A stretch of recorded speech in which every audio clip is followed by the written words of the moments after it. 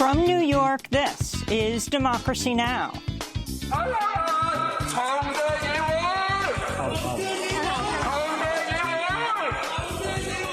Hundreds of protesters storm Hong Kong's Legislative Council in the latest round of protests that have rocked Hong Kong. We'll speak with leading pro-democracy activist Joshua Wong, recently released from prison in Hong Kong. It's time for us to urge Carrie Lam to withdraw the extradition law proposal, and it's her responsibility to step down and to face how 2 million people already joined the fight and urge her to bear the political responsibility. Then, as Senator Kamala Harris rises in the presidential polls, we'll look at how she's being targeted with a string of racist conspiracy theories. And we'll look at her record as a prosecutor in San Francisco and Attorney General of California. When I became a prosecutor and when I was elected district attorney and also Attorney General of California, I implemented some of the most significant reforms to date during those years that had been implemented. We'll speak to University of San Francisco law professor Laura Bazelon. In a New York Times op-ed, she contends Kamala Harris was not a progressive prosecutor. All that and more coming up. Welcome to Democracy Now!, democracynow.org, The War and Peace Report. I'm Amy Goodman. As President Trump signed the $4.6 billion border bill approved by Congress last week, a delegation led by the Congressional Hispanic Caucus visited 2 immigrant prisons Monday amidst growing outrage at reports of inhumane conditions due to Trump's border policies. Texas Congressmember Joaquin Castro described the conditions at an adult facility as being akin to a prison where women were held in cells without access to running water and proper medical care. Some had been held for over 50 days. Others reported they had no information on the whereabouts of their separated children. The congressional delegation also visited the Clint Border Patrol station that has come under fire after recent reports of overcrowding and inhumane conditions for the children being locked up there. Congressmember Alexandria Ocasio-Cortez tweeted after yesterday's visits, "It's not just the kids, it's everyone. People drinking out of toilets, officers laughing in front of members of Congress. I brought it up to the superiors. They said officers are under stress and act out sometimes."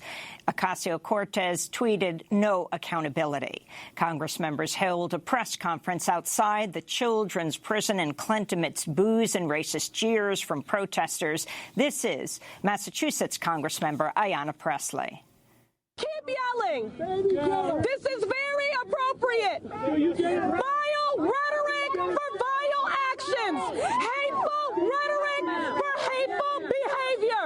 Racist words and venom for racist policies. Very apropos. This is bigger than a funding debate or about any speeches that we give here on the floor of the House of Representatives. This is about the preservation of our humanity. And this is about seeing every single person there as a member of your own family.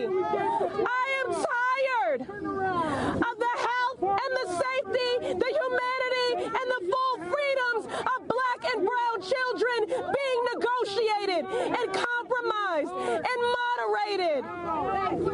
We need a system that works, that is humane, and that is compassionate, and that keeps families together. On Friday, a federal judge ordered Customs and Border Protection, that's CBP, to let independent health monitors into detention facilities in Texas holding migrant children to ensure conditions are safe and sanitary.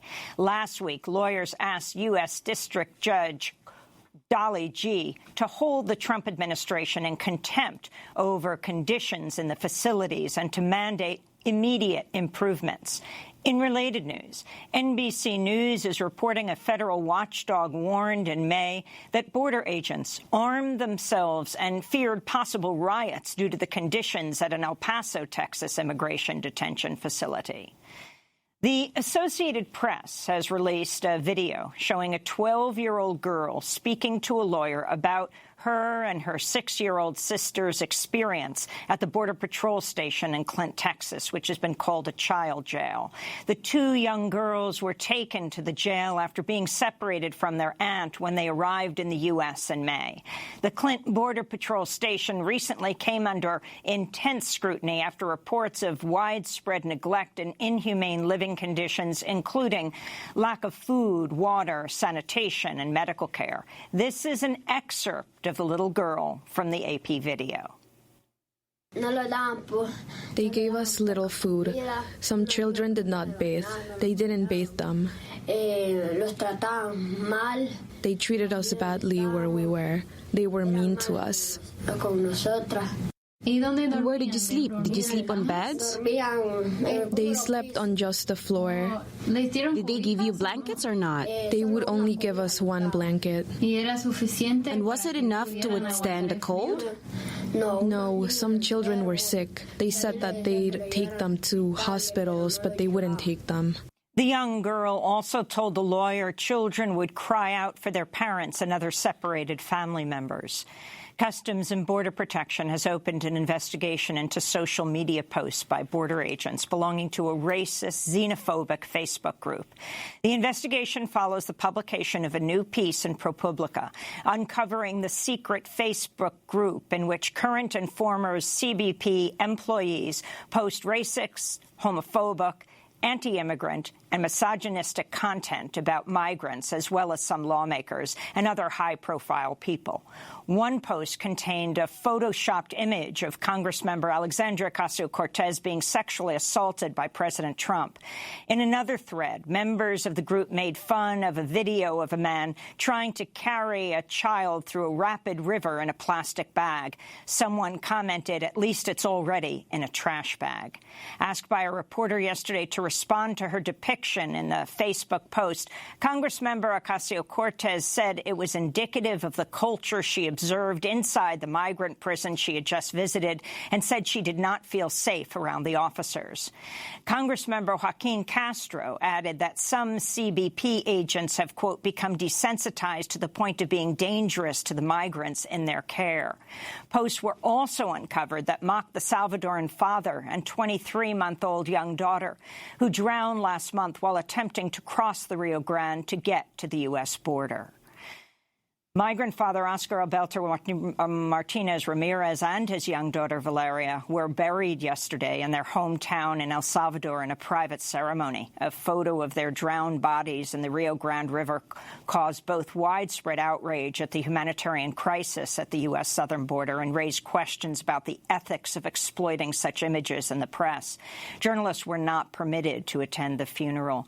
El Salvador's president, Nayib Bukele, said Sunday that their tragic deaths were caused by flawed immigration policies and unsustainable situations in all the countries implicated, the U.S., Mexico, and El Salvador.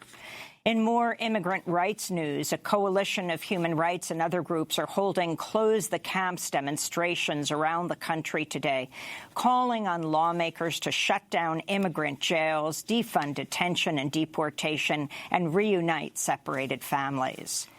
Meanwhile, Mexico's newly formed National Guard officially began operations Sunday, deploying 70,000 National Guard across Mexico. The force was set up by President Andrés Manuel López Obrador to combat violence from organized crime, but critics have called out recent incidents showing members detaining Central American migrants at the border. In related news, Mexican immigration officials said they recently deported over 80 Haitian migrants amid mounting pressure from the U.S. to stem the flow of northbound migrants. In Hong Kong, riot police used tear gas to forcibly remove hundreds of protesters occupying a legislature building early Tuesday morning. The activists began their occupation Monday when they stormed Hong Kong's Legislative Council and smashed the glass to gain entry, tearing down portraits of officials and spray painting the walls. The action took place as hundreds of thousands flooded the streets Monday to mark the anniversary of Hong Kong's return to Chinese control 22 years ago. It's the latest in massive civil unrest that started last month when millions took to the streets to protest a bill that would allow the extradition of Hong Kong residents and visitors to mainland China. The vice chair of Hong Kong's pro-democracy Labour Party, Fernando Cheung, said the protests would continue until the government completely withdraws the extradition bill.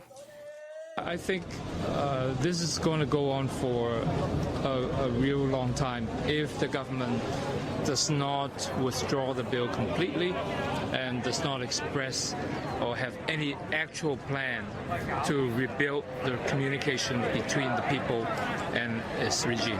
Hong Kong is still in unrest. We are very much not satisfied with the government not allowing a complete withdrawal of the extradition bill, and also a real urge from all sides to establish an independent inquiry to the whole fiasco. We'll have more on Hong Kong after headlines.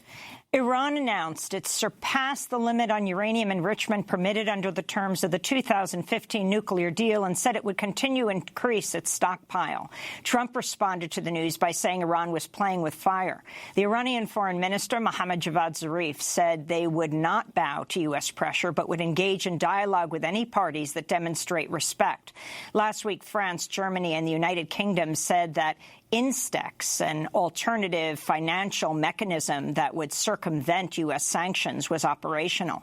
Iran said the system was a positive development, but that Europe was not buying Iranian oil and needed to do more to uphold its commitment to keeping the landmark 2015 agreement alive in the face of President Trump withdrawing last year and crippling sanctions.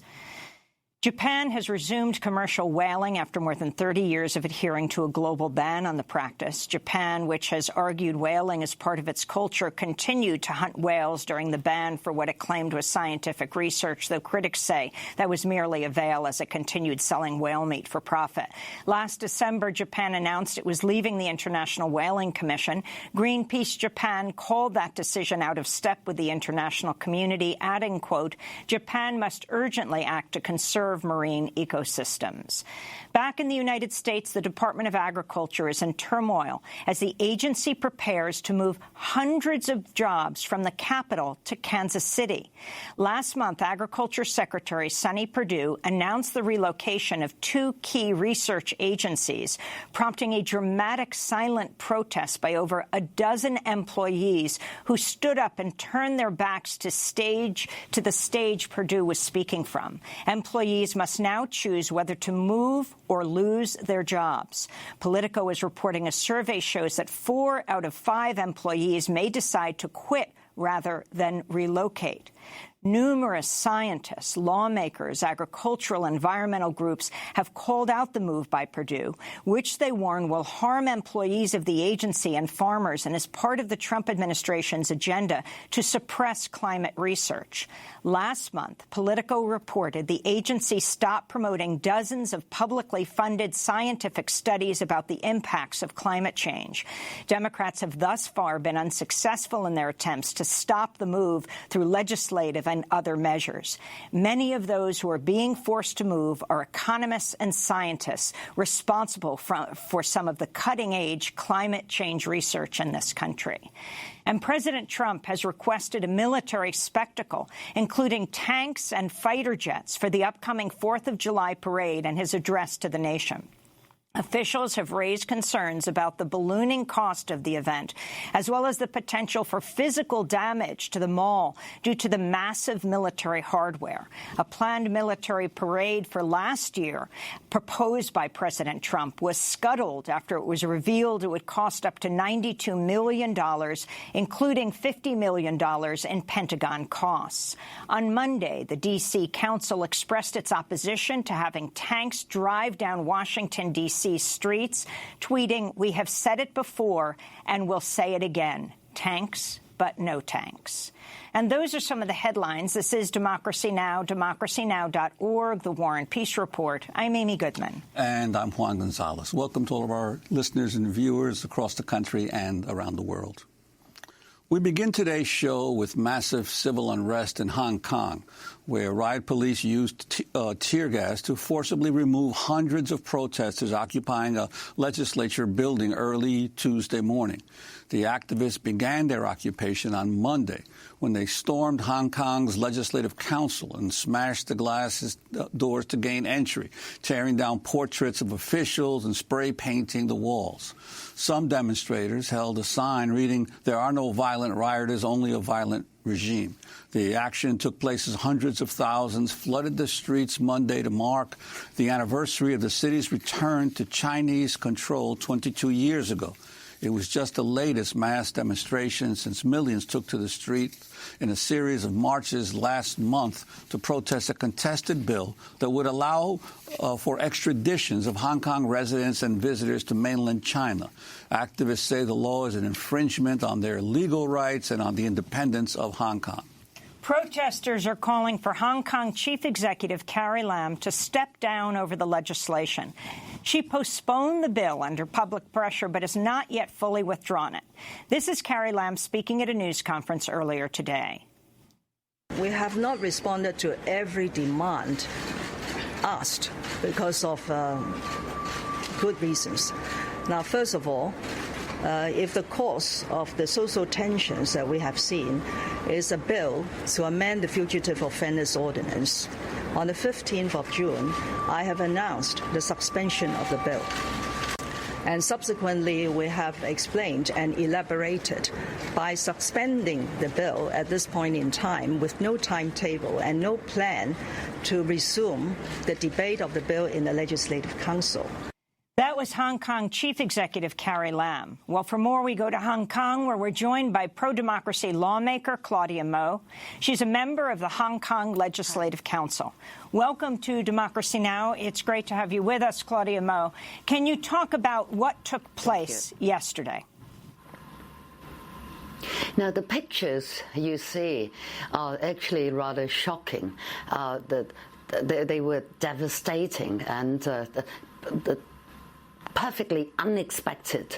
But then behind all this, I hope the whole world will try to understand and sympathize with Hong Kong's young people, the anger and the resentment, the frustration that's been panting up all these years, the sort of environment they're growing up. And so they might have become probably unnecessarily militant, but they're trying to get their voices heard, not just in Hong Kong, but hopefully across the world.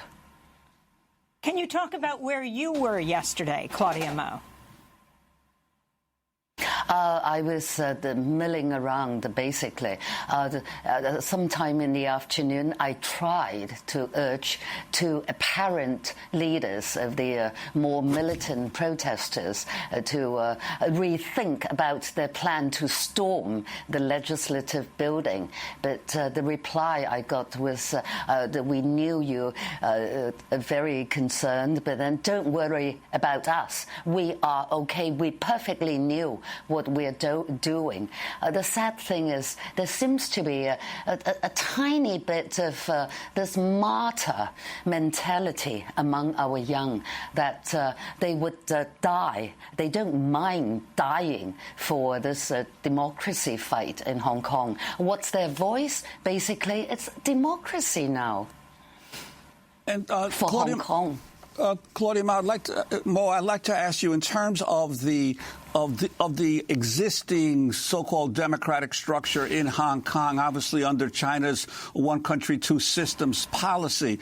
How is the legislature chosen in Hong Kong, and what is the impact of the People's Republic of China government over Hong Kong? Yes, exactly. That's a quick question to be answered. The young's particular anger at the legislature, it's mainly mainly stems from the fact that it's this very legislature that was going to pass that controversial China extradition bill. Why? Because they've got enough Beijing votes in there. And it's all because of our very twisted and convoluted kind of election system. They make sure that the pro-Beijing votes will occupy at least half of our seats. That's a total number of 70. They make sure that they will have enough votes to pass just anything, any policy, any bill, any funding application from the government. And Democrats are always outnumbered. We're outnumbered not because we're unpopular, but because we just don't get the seats. We have more votes, but fewer seats. That sums up the Hong Kong legislative election. And the young knew it. And from the last election back in 2016, right after that, because of some oath-taking ceremony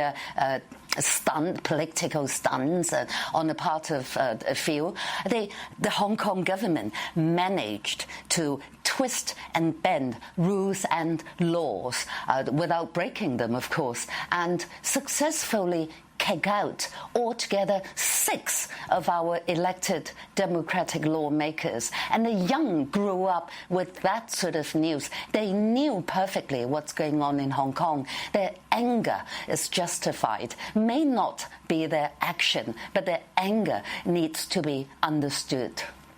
I wanted to ask you, though, about Hong Kong is relatively prosperous as an entity in the world.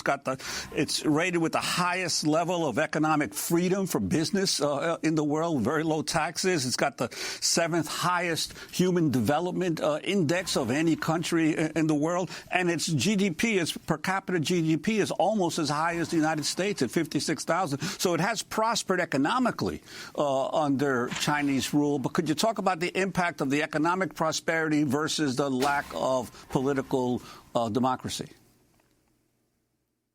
Now, you have to note that Hong Kong's Gini coefficient is also amongst the highest in the world. This wealth divide in this city, it's just incredible. It's preposterous, really. And it's very free to businesses, right? Business prosper, businessmen make money, but then the wealth divide is getting worse and worse. And I just heard this afternoon from an Uber driver that, of course, we need to count in billions in Hong Kong. We're all very money-minded in Hong Kong because political protests, where do they take us? The government simply don't pay attention to you. Beijing tells you to just restore order. So we try to earn as much money as we can so that we can leave Hong Kong, emigrate. Are you calling for Carrie Lam to resign? And the specific bill that she put forward, if you can briefly explain it. Carrie Lam has been saying that she would suspend the particular controversial bill. Now, suspension is always temporary. It can come back anytime. Why couldn't she just use the word withdraw, scrap, right?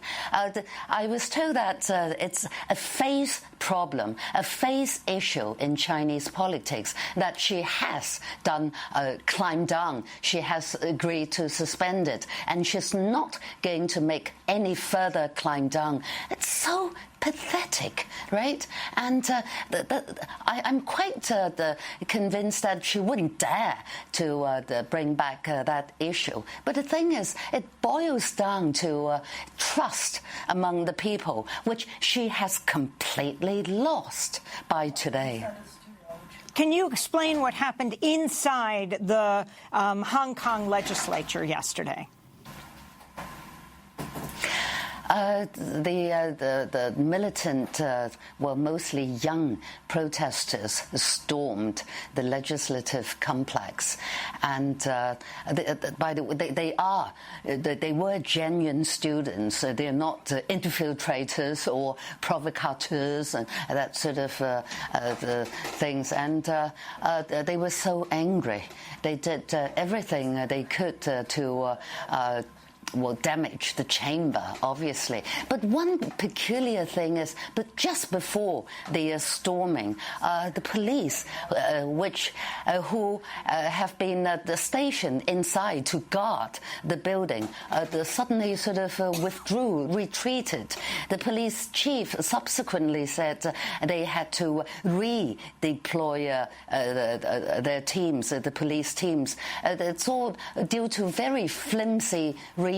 So you couldn't help but thinking that it's just possible they were trying to lure the protesters into the compound, the building, and do the vandalism expected, and so that the whole world will see those shocking photos and pictures and footages, and the young will get the blame for vandalism in Hong Kong, and the cause they're trying to fight for will be forgotten. And so far, it's been the Hong Kong police who have basically been dealing with the demonstrators. Do you have any fears that if the protest continues, of the possibility of actually military from China coming into Hong Kong or not?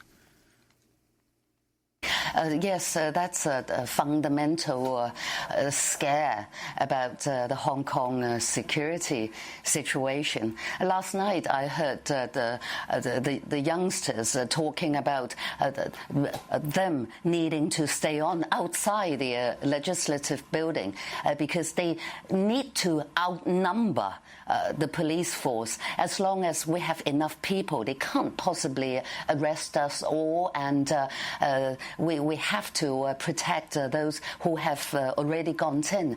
Now, I've heard similar lines from young protesters 30 years ago on Tiananmen Square in Beijing. They were saying just the same things. Well, there's so many of us, they just cannot grab all of us. That kind of mentality. And under Hong Kong's mini constitution, the government is allowed to declare Hong Kong to be under some emergency state, and the People's Liberation Army would be sent out to the streets of Hong Kong to retain social order, what have you. That was a very scary thought. But then, thank God, it didn't happen. And I hope it will never get to that sort of situation again. Again, are you asking for Carrie Lam to resign? Of course. Her days are numbered, as far as I could see, and many of us in Hong Kong. I mean, Beijing has tried to distance itself from Carrie Lam, suggesting that she's the one who started all this controversy and saga in Hong Kong. And assuming that's the case, Carrie Lam has proved herself to be completely inefficient, and she's been unaccountable almost to Hong Kong people. You saw the footage of her speaking at some press conference in the middle of the night yesterday, and she was putting on this bureaucratic face and complete with her bureaucratic voice, telling Hong Kong people, yes, I will humbly listen to you again. Where's the humility? You never got it. And the thing is that she will be sticking around a bit still, because I understand, well, many of us here understand that there's no replacement that's acceptable to Beijing yet at the moment, and it would be also a loss of faith to Beijing if they would have to let her go now. It's too soon, right? It's like bowing to the people, bowing to public pressure. So I wouldn't be surprised if she would need to go after all, say this time next year. Claudia Mo, we want to thank you for being with us. Democratic lawmaker in Hong Kong attended the protests on Sunday. This is Democracy Now! We were speaking to her in Hong Kong. Stay with us.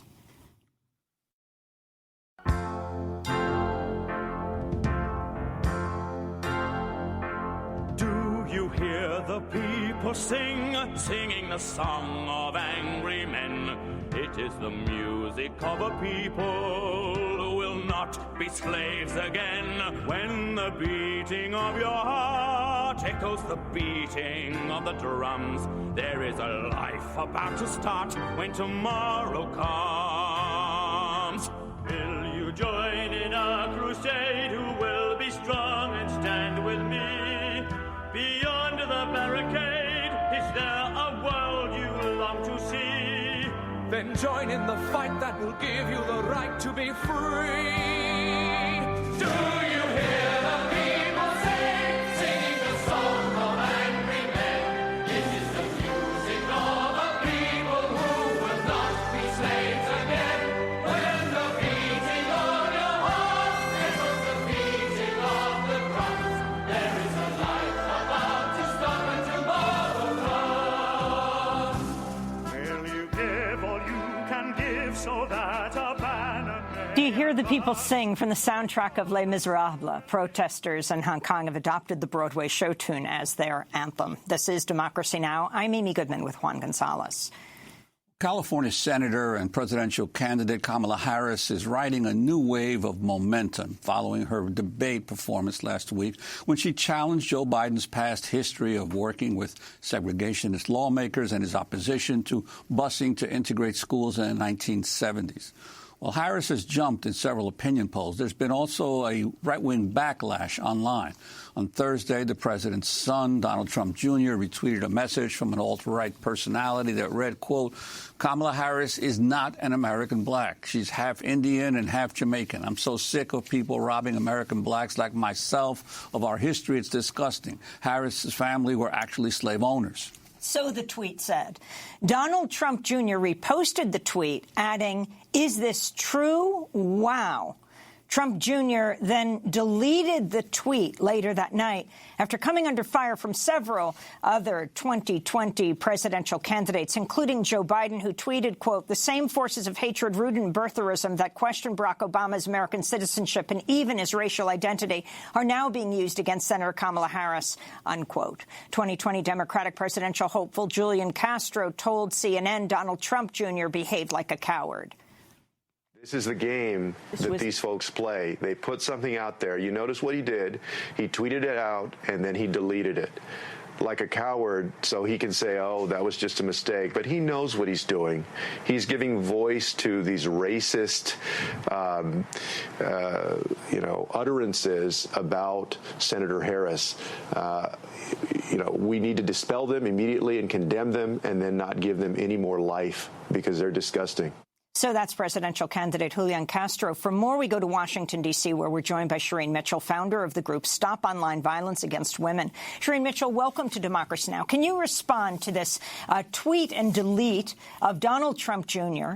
and talk about this in the tradition of the Trump family? Really, President Trump himself, just as a private New York developer, leading the birther movement against President Barack Obama, questioning where he was born. Yes. This is not just a pattern of this family, the Trump family, but please remember, Trump is also the one that tried to get 5 brown and black boys executed in Central Park. So let's not forget that this is a history within this family of racism. The other parts of this is that we also need to remind ourselves, and also they participated in housing discrimination. There were all kinds of legal ramifications about them targeting black and brown communities. So this isn't new. So this is not a surprise to me and it should not be a surprise to anyone else. The ways in which they use our identity as a weapon to rally their base is very problematic and very consistent. So Kamala, being a woman of color, and running for office and running against Donald Trump going forward. This is not a surprise that they would start this early. But also be clear that this online harassment of black and brown women has been going on as a part of the election process. And it's been going on since 2013 as we tracked many of these behaviors of pretending to be black women, trying to defame or discredit black women. And this example is exactly that.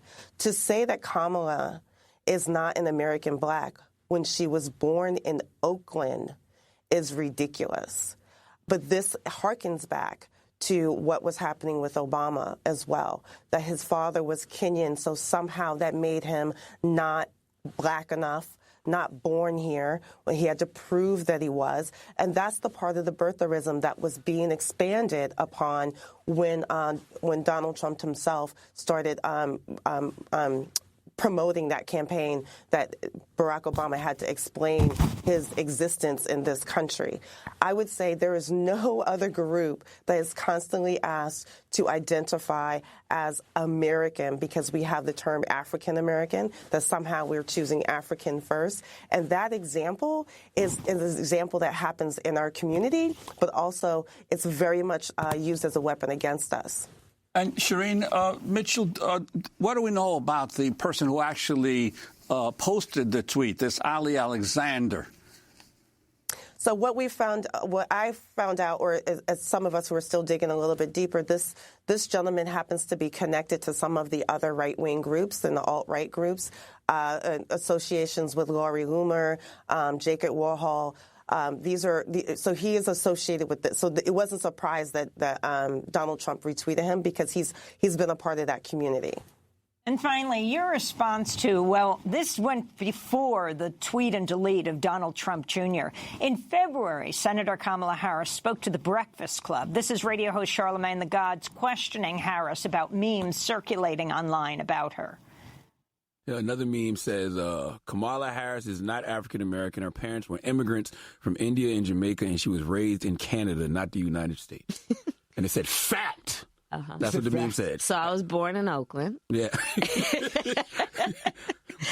and raised in the United States, except for the years that I was in high school in Montreal, Canada. And look, this is the same thing they did to Barack. Yes. This is not new to us. And so I think that we know what they're trying to do.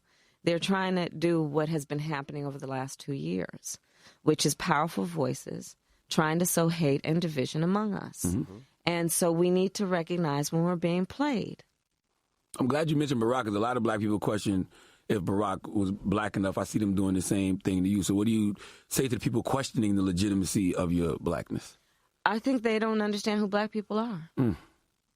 Because if you walked on Hampton's campus or Howard's campus or Morehouse or Spelman or Fisk, you would have a much better appreciation for the diaspora, for the diversity, for the beauty in the diversity of who we are as black people. So I'm not going to spend my time trying to educate people about who black people are. That was Senator Kamala Harris speaking on Breakfast Club, the radio show. Shireen Mitchell, your response. Yeah, I mean, she's absolutely right. And one thing's for sure, I'm also a graduate of a HBCU.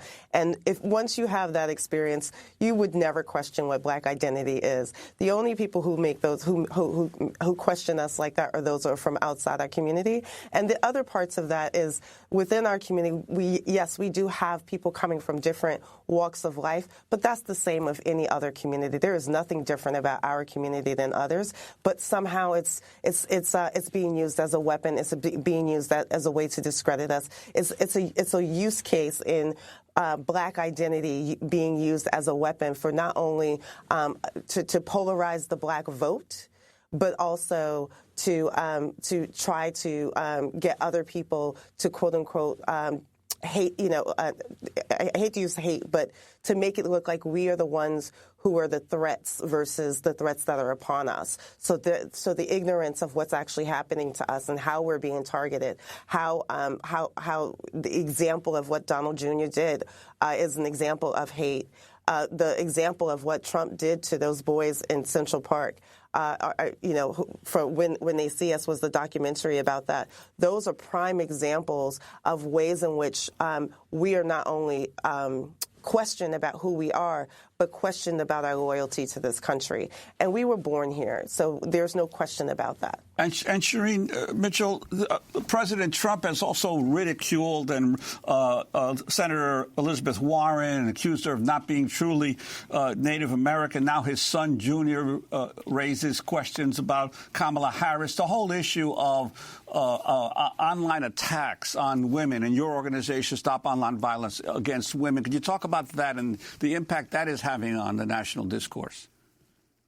Yes. I mean, again, we have a second report that's coming out, but our first report revealed that the Russian interference that was in the Mueller report that has been documented by 17 agencies was literally an intense and focused target on black identity used as a weapon for voter suppression. And that example is what we're seeing right now. And you have to understand that even with the Elizabeth Warren aspect, that was a target to sow discord within the Native American community. So if you look at this pattern, there is a targeted pattern of going after brown and black voters to interfere in the ways in which they decide to choose who they want to vote for. And that in itself is one of the focus problems that we need to be paying attention to. Our work showed that black women were being targeted as early as 2013. This was well before everyone understood what was happening in 2016. And yet we still are having this conversation as if this is new. This is not new. It's been going on for years. What we're learning is there's a different way that we need to approach digital voter suppression, and we need to pay attention to what's happening to women of color because they are the targets. Black women are trusted voters in our community, and if we are not paying attention to what's happening to them or how they're being targeted, we will have a problem going into 2020. Shireen Mitchell, we want to thank you for being with us, founder of the group Stop Online Violence Against Women, joining us from Washington, D.C. This is Democracy Now! When we come back, we look at Senator Kamala Harris's record as a San Francisco DA and then California Attorney General. Stay with us.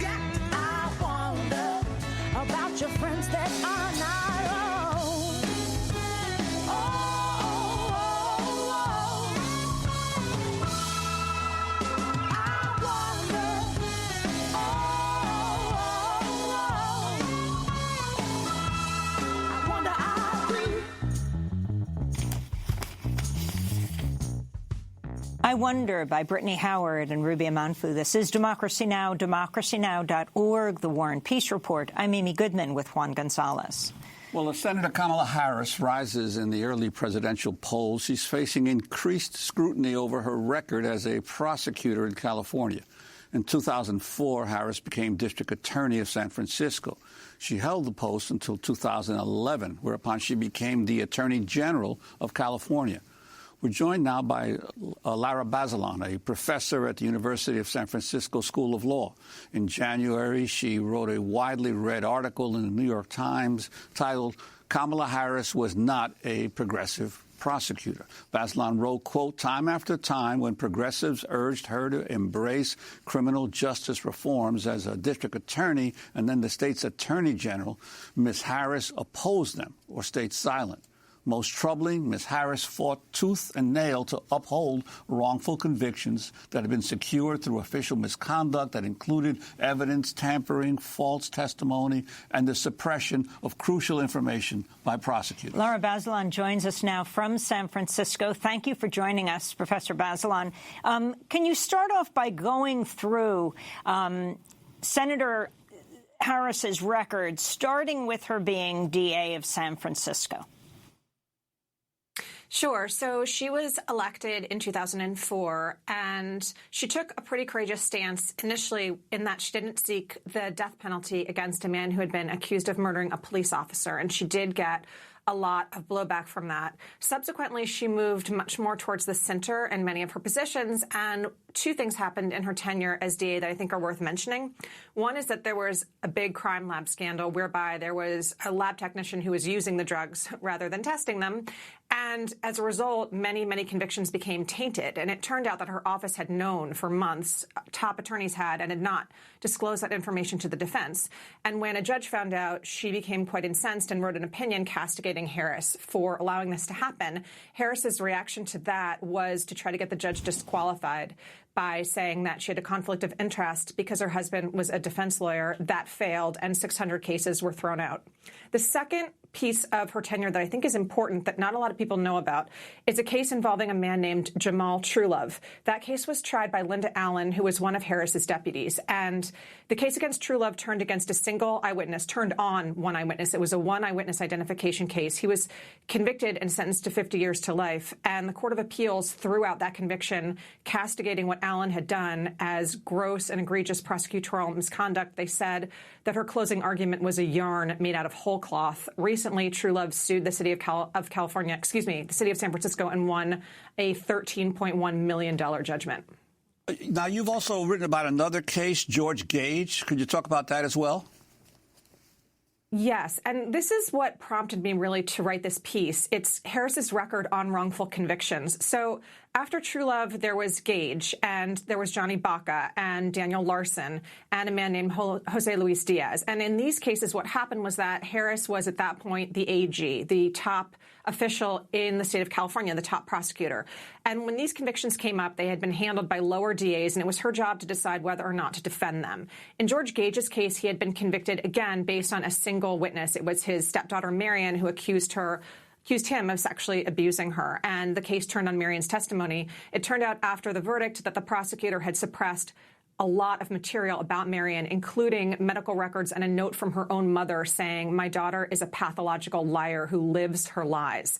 And rather than acknowledge that this really terrible thing had happened, that this prosecutor had held back information that might have swayed the verdict, what Harris's attorneys went into court and did was say, look, George Gage, who had been forced to act as his own lawyer, didn't raise his claim in exactly the right way. And so for this technical reason, you should affirm that conviction. It went to oral argument, and the judges were very concerned about that position, told the deputy to go back and talk to his supervisors to try to resolve the case, which was a signal to really get rid of it and do the right thing. And instead, Harris's office doubled down, and George Gage is currently 80 years old. He is serving a effective death in prison sentence. I want to go to an interview Kamala Harris did last month on Face the Nation with correspondent Ed O'Keefe. You take your prosecutorial record against the push in your party for criminal justice reform.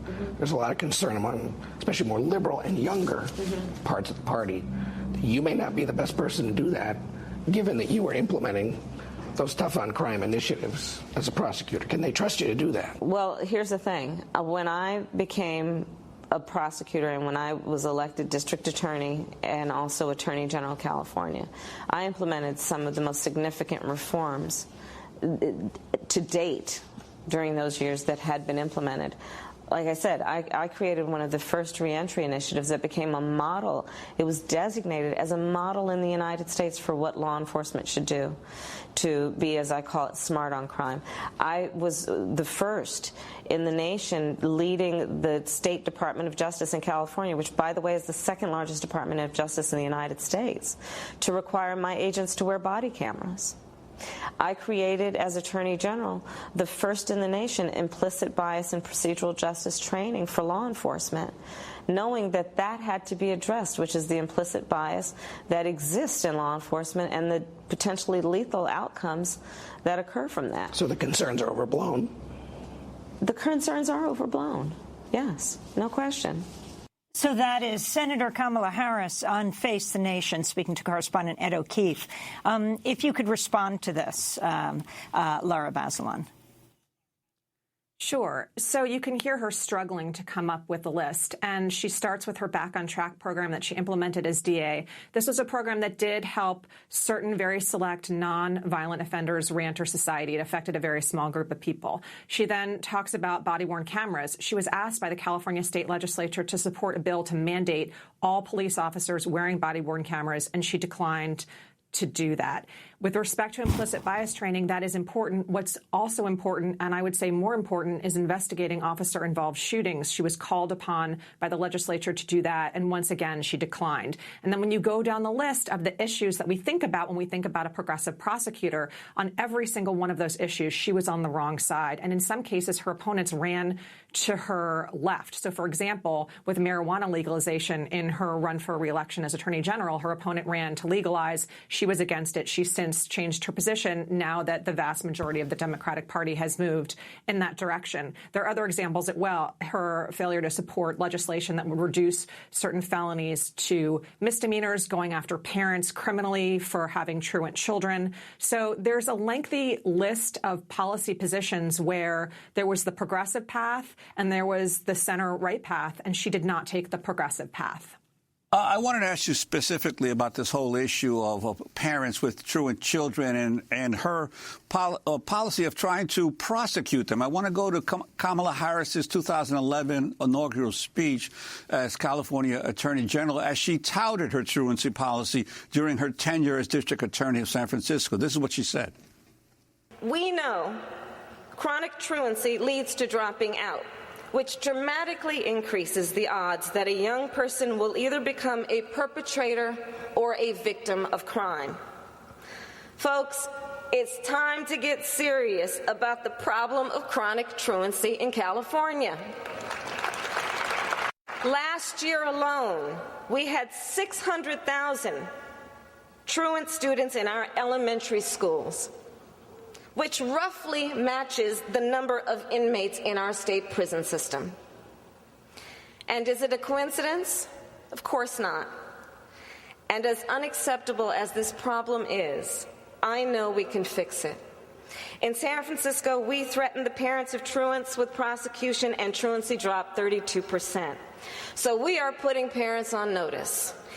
If you fail to take responsibility for your kids, we are going to make sure that you face the full force and consequences of the law.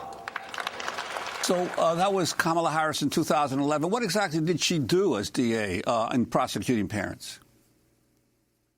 So what ended up happening was that, and this actually took effect after she left and became Attorney General, prosecutors then had the power under this law to prosecute parents for a misdemeanor for being essentially responsible for their children missing numerous days of school. The idea being that they would be scared into making sure that their kids actually did attend school, and some parents were, in fact, prosecuted. And the pushback about this, I think, was on two fronts. One, it disproportionately impacted communities of color and parents of color who were basically more often targeted by this law than people who were white.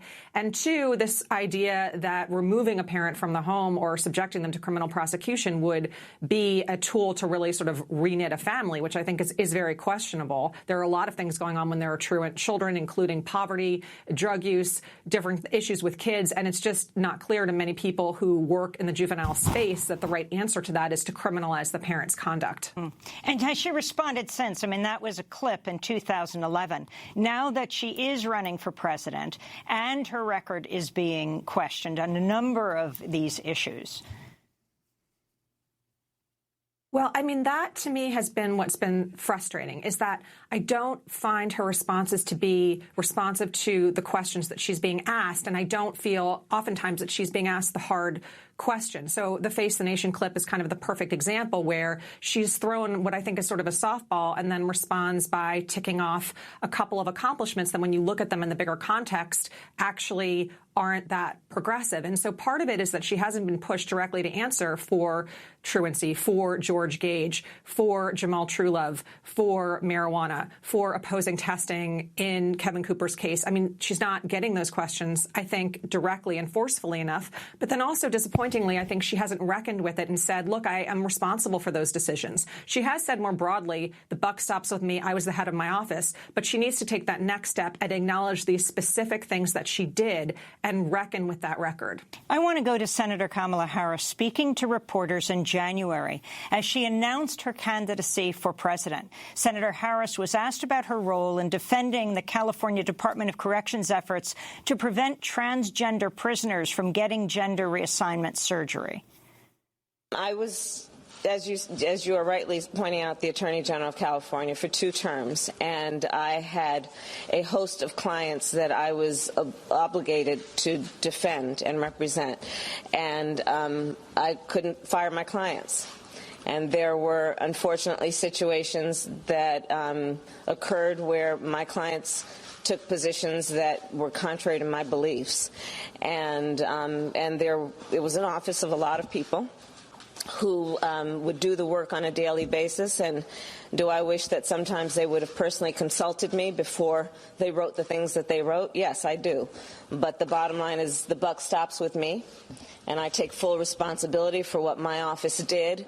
But on that issue, I will tell you, I vehemently disagree and, in fact, worked behind the scenes to ensure that the Department of Corrections would allow transitioning inmates to receive the medical attention that they required, they needed, and deserved. So that was Senator Harris. When she was announcing for president, she was speaking at Howard University. Professor Laura Bazelon, your response? Well, I think what is important to do is to back up and talk about what the job of a prosecutor is. So many people think that it is about convicting people, and it is not. It's actually about doing justice, and that means that if you see something that is wrong, not just against your core principles, but violates, for example, the Equal Protection Clause or the Due Process Clause, you are required as the top prosecutor in your state to stand up and say, I won't enforce this law. And in fact, that's what she did in Proposition 8. So to say, I had these clients and I had no choice but to take these positions is not correct. So I'll give you this example. Proposition 8 was passed by California voters banning same-sex marriage. When she was basically told that she needed to defend this law, she refused to defend it because it violates the Equal Protection Law, in her opinion, and actually as the Supreme Court later decided. So she had that option when it came to this transgender surgery. She had that option when it came to the death penalty. When that came up and a judge found that it was unconstitutional, she defended it. And her response has always been, well, these are my clients. But in fact, no, your job is to uphold the Constitution. And if you think these laws violate the Constitution, then you should not defend them.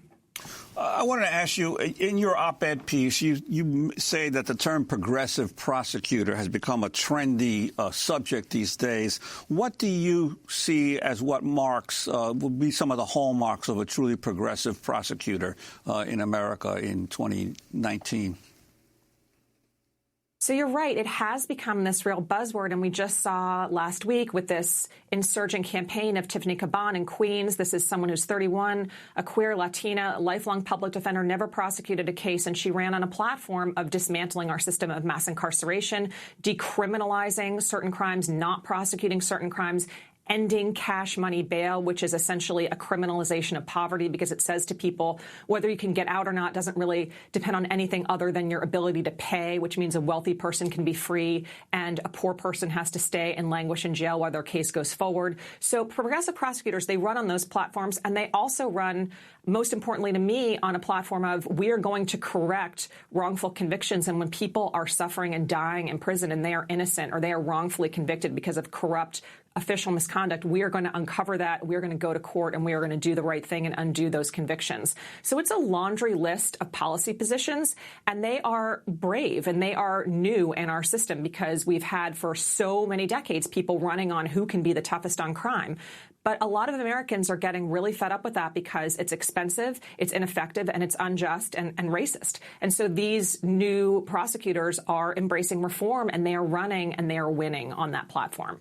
Laura Bazelon, we want to thank you for being with us, professor at University of San Francisco School of Law, director of the school's Criminal and Juvenile Justice and Racial Justice Law Clinics. We'll link to your piece in the New York Times. Kamala Harris was not a progressive prosecutor. That does it for our show. Thursday, Ta-Nehisi Coates. Friday, we'll be joined by Noam Chomsky. I'm Amy Goodman with Juan Gonzalez. Thanks so much for joining us.